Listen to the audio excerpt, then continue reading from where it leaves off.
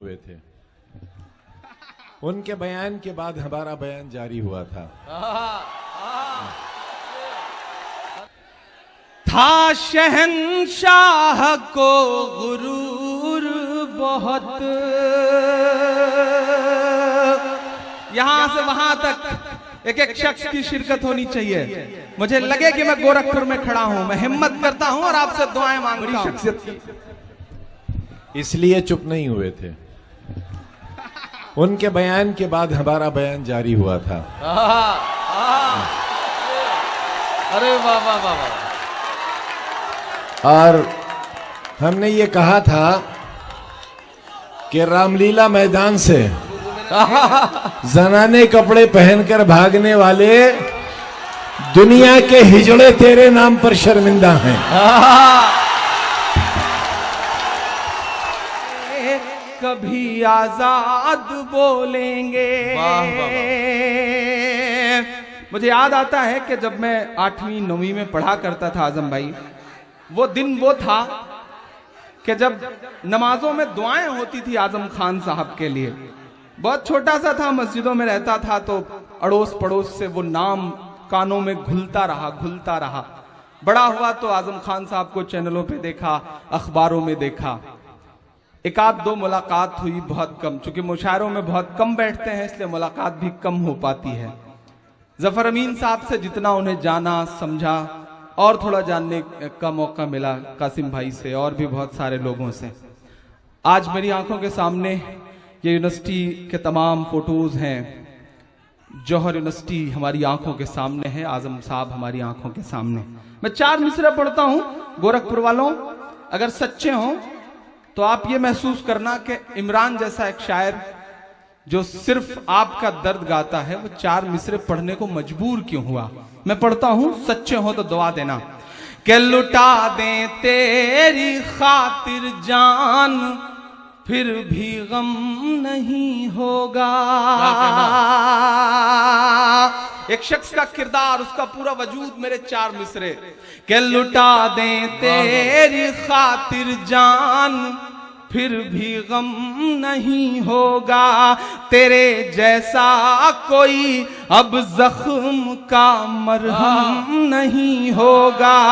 तेरे जैसा कोई अब जख्म का मरहम नहीं होगा। मिला तुझसे तो एक शायर के दिल की धड़कने बोली। यहां से वहां तक एक एक हाथ हवा में उठा हुआ देखना चाहता हूं मैं। कि मिला तुझसे तो एक शायर के दिल की धड़कने बोली। कई सदियों तलक अब दूसरा आजम नहीं होगा। कई सदियों तलक अब दूसरा आजम नहीं होगा। कई सदियों तलक अब दूसरा आजम नहीं होगा। चाय आई है, हालांकि आज के दौर में चाय वालों को कुछ बोलते हुए बड़ा डर लगता है, कब कौन प्रधानमंत्री बन जाए कोई भरोसा नहीं है साहब, इसलिए। लेकिन गुजारिश करूंगा कि थोड़ी देर के लिए सिलसिला रोक दें। मैं हिम्मत करता हूं, पढ़ता हूं और आपसे दुआएं मांगता हूं। कई सदियों तलक अब दूसरा आजम नहीं होगा। क्यों इमरान पढ़ रहा है ये मिसरे? क्यों इमरान जैसा शायर मजबूर हुआ ये कहने के लिए? मैं शुक्रिया अदा करता हूं। मैं तो बचपन से सुनता था कि अवार्ड जो है वो सिर्फ दरबारों के चक्कर लगाने से मिला करते हैं। पहली बार जब मुझे फोन आया कि आपको यश भारती अवार्ड दिया जा रहा है, तो मेरी आंखों में नमी थी और मैंने ये महसूस किया शिद्दत से कि अवाम का दर्द गाने पर भी हुकूमतें अवार्ड देती हैं। शुक्रिया हुकूमत का, मुख्यमंत्री जी का, आजम भाई का, जिन्होंने अवाम का दर्द गाने वाले एक शख्स को अवार्ड देने का फैसला किया। तो ये अवार्ड तो मेरे चाहने वालों का है, मैं आप सब पे न्यौछावर करता हूं इस अवार्ड को। पढ़ता हूं कि मोहब्बत और चाहत का मोहल्ला लेके चलता है।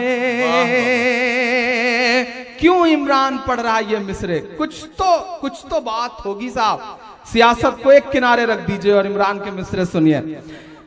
कि मोहब्बत और चाहत का मोहल्ला लेके चलता है ये पागल, अपने लब पर नाम अल्लाह लेके चलता है ये पागल, अपने लब पर नाम अल्लाह लेके चलता है। महज इस बात पर कुर्बान हूँ तुझ पे ऐ आजम खां।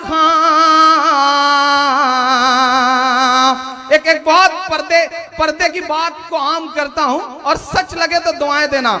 महज इस बात पर कुर्बान हूं तुझ पर ऐ आजम खां, तू अपने साथ गाड़ी में मुसल्ला लेके चलता है, तू अपने साथ गाड़ी में मुसल्ला लेके चलता है। बहुत शुक्रिया, बहुत मोहब्बतें, बहुत अच्छा पढ़ रहे हैं आप। बड़े खूबसूरत दिनों के वादों के साथ एक हुकूमत आई थी साहब। मैं 4 मिसरे पढ़ता हूं कि मोहब्बत और मोहब्बत भाईचारे के दीवाने दिन ही लौटा दो, मोहब्बत भाईचारे के दीवाने दिन ही लौटा दो, सब्जी के सुहाने दिन ही लौटा दो। ये अच्छे दिन तो अंबानी अडानी को मुबारक हो। फिर पुकारता हूं आपको, ये अच्छे दिन तो अंबानी अडानी को मुबारक हो,